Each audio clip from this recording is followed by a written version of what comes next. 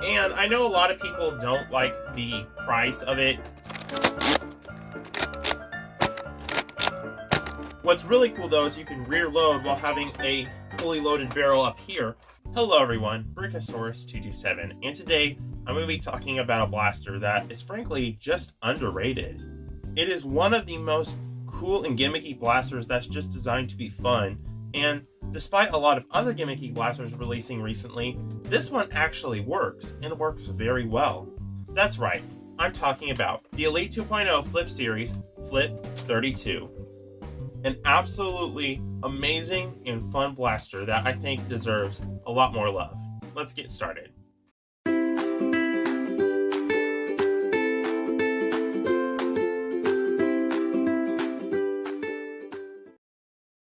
Alrighty, so the Flip 32 released back in 2021, I believe, or maybe 2022, but I think 2021, and it was an amazing entry at the time, but it kind of got some hate because the previous two Flip blasters were absolute garbage, the Flip 16 and the Flip 8. Both of those are just, they suck, okay? I will not hear anything otherwise. Those are terrible blasters. But the Flip 32 was different because it actually worked. The Flip 8, for instance, worked at first, but like a lot of people have noticed, and me too with my personally with my Flip 8, that it started messing up over time, which is just not good. However, the Flip 32, it works perfectly, and after using it for almost 3 years, the mechanism still works perfectly. And with something with this much smart AR going on, it works tremendously well. I actually really have only had 2 mess ups with the smart AR, with like only twice I've had it where a dart wouldn't go in all the way because it was a terrible dart. It would, pop out like smart ARs do, but it really doesn't fart out darts or anything like that like some smart AR blasters do. And it has a really good balanced feel. Now it is heavy, it is clunky, but it is a very balanced feel, especially if you hold it like this. If you hold it another way, yeah, it's going to feel weird and unbalanced, but holding it like this, you can easily wield it pretty well. Now the foregrip is my biggest complaint with the ergonomics because it is a bit small, but it is formatted where it doesn't dig into your hand or isn't too small. It's small, but it's formatted to be comfortable, so it's pretty comfortable. You know what I mean, like when something is a small grip but it's still comfortable to hold, it's still a comfortable shape even though it's a bit small. It's fine, it doesn't ruin the experience. My favorite thing though about this foregrip is that there's a switch here you can hit to flip the blaster, but this switch allows it to lock in place so the grip is 100% stable, which is really nice. The main grip is pretty good. Some people may not like it because it's squared off on some parts, but it's really well designed, and the trigger is absolutely amazing. It has this clicky feel that really works well, and it allows you to get the double shots because it's kind of like a double stage trigger. So you pull one, you pull it slightly and it goes, one dart shoots, and you pull it a little bit more and the other dart shoots, or you pull it all the way and it shoots 2 at once. And this one is definitely the most solid I've seen out of every single blaster that does this. The lever is pretty comfortable. It's a lever, not much to say. Again, the grip does kind of have a square off feel, but it's not bad at all. It's actually pretty comfortable. The stock is actually a pretty good length. Like it's a little short, you could say, but it works. It works really well. It's not uncomfortable in the slightest. There's actually a cheek rest right here, which it's not really needed, but it is fun and it is good to have. The blaster actually has design, which is really cool. A lot of the Elite 2.0 blasters have like no design. This one has the most design out of all of them. You actually have details in the plastic here, which is really nice. There's basically 4 barrel sections, each one holding 8 darts, which amounts to 32 darts, 16 on the front and 16 on the back. When you're done firing all of these, you simply hit the switch here, pull it back, and it flips 100% reliably almost every time. I haven't seen one that doesn't. And you have the next barrels here. What's really cool though is you can rear load while having a fully loaded barrel up here, or fully loaded barrels up here, mini barrels. And that's really cool and very useful for games.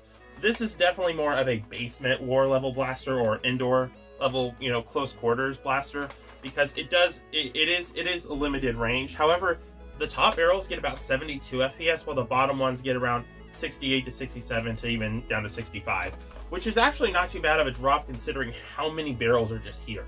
Basically, you just load up the barrels. Oh yeah, cue the time lapse.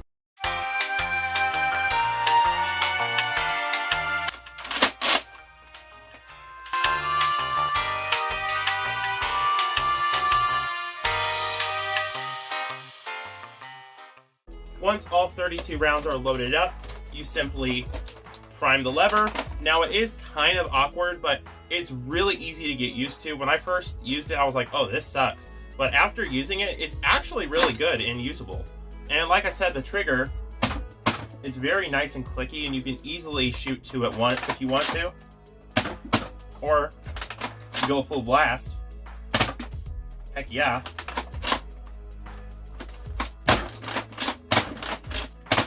Like, I can't get over just how well it's designed and how well it works for what it is. You think this is going to be a monstrosity that's not going to work.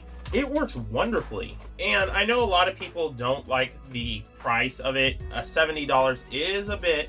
It did get lower to about $50 after a while, so that's good. And you can actually get it on Amazon right now for like $30. But I do have an argument that would make it worth $70 technically, because the rough cut itself costs like $20, and you have 1, 2, 3, 4 rough cuts. That, in order to get 4 rough cuts, that's $80, and then you would have to mount them all together on the same blaster. You see what I mean? Like, that would cost a lot. This is that concept, but a lot cheaper than it would normally be.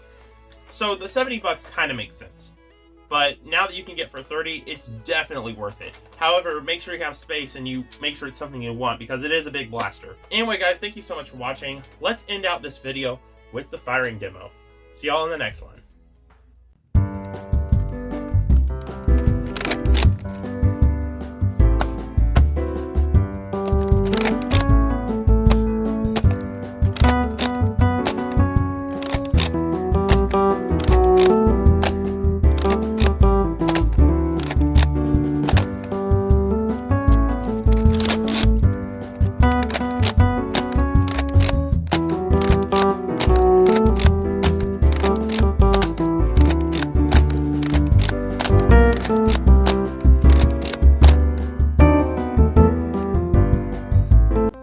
Okay, oddly enough, the AF Pros seem to be somewhat inconsistent and seem to fart out of the barrels.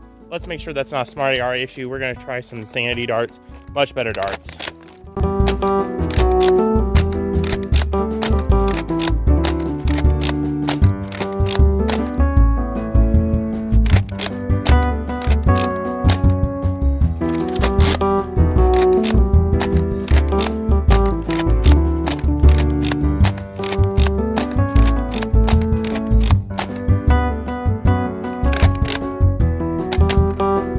Oh yeah, that's way better. So in conclusion, just don't use AF Pros, especially used ones. The ones I have were fairly new, but they didn't seem to work too well.